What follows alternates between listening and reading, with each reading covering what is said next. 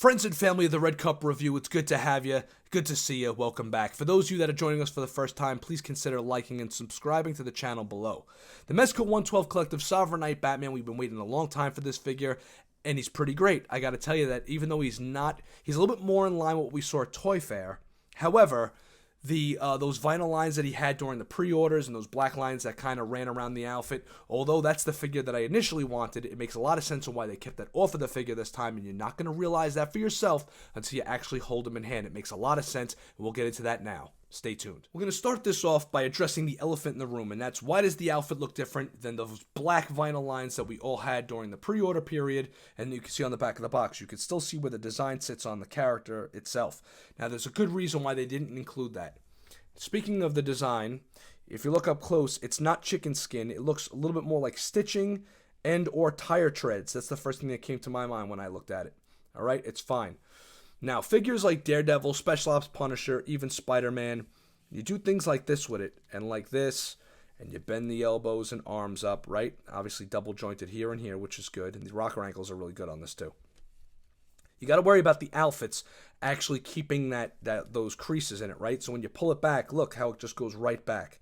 This is probably one of the best outfits they've ever done, because you don't got to worry about, I think there's going to be longevity in this outfit, and that's what really makes me happy, because I'm a dynamic poser. I don't keep my figures in static poses. Look, I've had him standing here like this for a while, right? You move it back down, and it's back to normal again. See this little crease underneath here? You could work that out in the material. And it's good that it's a little baggy, because it helps the arm go up way high, and you could even rotate it up to go up even higher. So as you can see there's a lot of creases going on. You might not want to keep your figure like that for such a long time. Not with this figure. With this, you can keep them like that, bring it back down, and it holds. The material holds itself together extremely well. You don't got to worry about stretchiness coming off in the legs. So if it had those vinyl lines, yeah, it might have looked a little bit cooler, but it would have sacrificed longevity in the outfit. And I think that is super important, and I'm kind of happy with the way they did that as well. Figure bends back really good. It bends forward really good. It's got twists in the waist. When you twist it at the waist, again, you don't have to worry about that vinyl cranking up on you. The split goes really well on this figure. Really well. I don't want to stretch it too far. But he also can balance on one foot. I'm not going to do it here, but he could actually even get him to balance on one foot like that if you wanted him to throw a kick. All right, let's take a closer look at the heads. We're going to start off by looking at the head sculpt that I thought changed the most since the last time around with this figure, and that's the older Bruce Wayne, which I absolutely love because the gray in the sides of the hair give it just such an excellent amount of characterization. It really helps it stand out a little bit more. In my opinion, that is. He does have a 5 o'clock shadow that's much more prevalent here. The lights are right on this damn thing, so I don't know if you guys are picking that up. Here's two super small pieces of detail that I just thought were absolutely excellent. You see how the hair is being brushed over there? Right, like in that direction, the direction that I'm moving the pen right there. They actually went and painted little wisps of hair off the forehead right there, which I thought was absolutely brilliant. And over there on the left eye, you could see that little white dot in the left eye right there on that side of the head right there. And that's amazing attention to detail, just like a real iris would look when the light reflects off of it, and it just adds that much more realism to it. The blue eyes are piercing and perfect. And there's good skin texture there. It's just an excellent head sculpt. All around, my favorite this time around. Then you have this one, which is the long-eared head sculpt, and we went into a lot more detail in the last video that we looked at concerning this figure. But it's awesome just to take a look at again to see how it looks on this body, and I think it works probably the best this time around. I think the last time I liked the shorter ears. This time I'm definitely feeling the longer ears. Here's a look at the snarling head sculpt, and I gotta tell you, I wish that they would turn around and start making these heads a little bit more the way Hot Toys does with the interchangeable mouthpieces. I mean, that would really bring these things to a whole damn new level. I don't know if I'm feeling this head sculpt on this body as much as I was with the last iteration of Batman, the other Sovereign Knight in the all-black outfit, but it's alright. I still got that rabbit teeth thing going on, but the whites don't bleed into the face, and the lip color is fine. Everything else works just the same way as it did last time. I just kind of like the longer-eared version on this one a little bit better. Just a personal preference. Last but not least, we got the battle damage head sculpt, and this thing looks absolutely fantastic. They didn't go with a flat paint around the mouth. Once again, the paint work looks great. He's got that 5 o'clock shadow that he has in the Bruce Wayne style and all the other ones. You see it a little bit better in person here. I think it's because I got the lights shining right on it. But I'll tell you, the reason why I got the light on it right here is to show you guys that the closer you get to the eye area, especially where the eye meets the bridge of the nose, the more redder it becomes. So they actually added redness to this face sculpt here, to the paintwork, to show that he's flustered and he really is battle worn and ready to bust ass, you know, the way grandma used to, right? When you got out of line. Now take a look at the silver in there too. The silver is not just a flat silver. It actually has multiple levels to it. So they didn't just go with flat colors here. It really makes the head sculpt pop, man. You can't ask for more.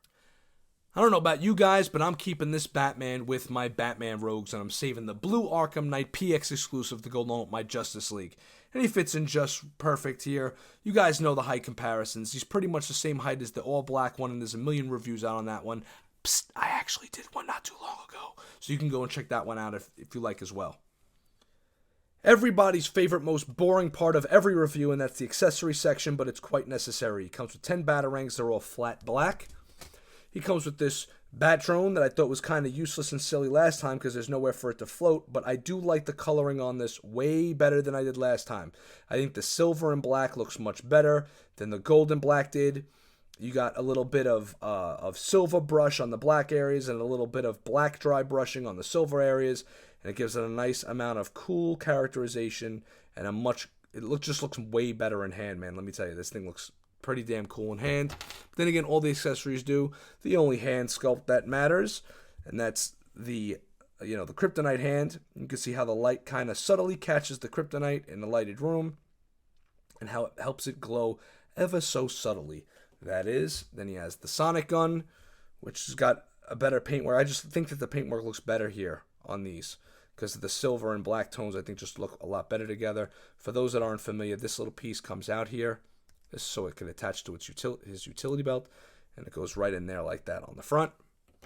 And last but not least, you got his grappling gun with the 2 grappling attachments, and it's pretty much the same thing. They should have came with an open and closed grappling attachment, in my opinion, and that was a complaint that I had last time. But again, as you can see, the color work on this and the paint work on these are much better than they were on the exclusive all-black Sovereign Knight Batman, that is, in my opinion. Moving along.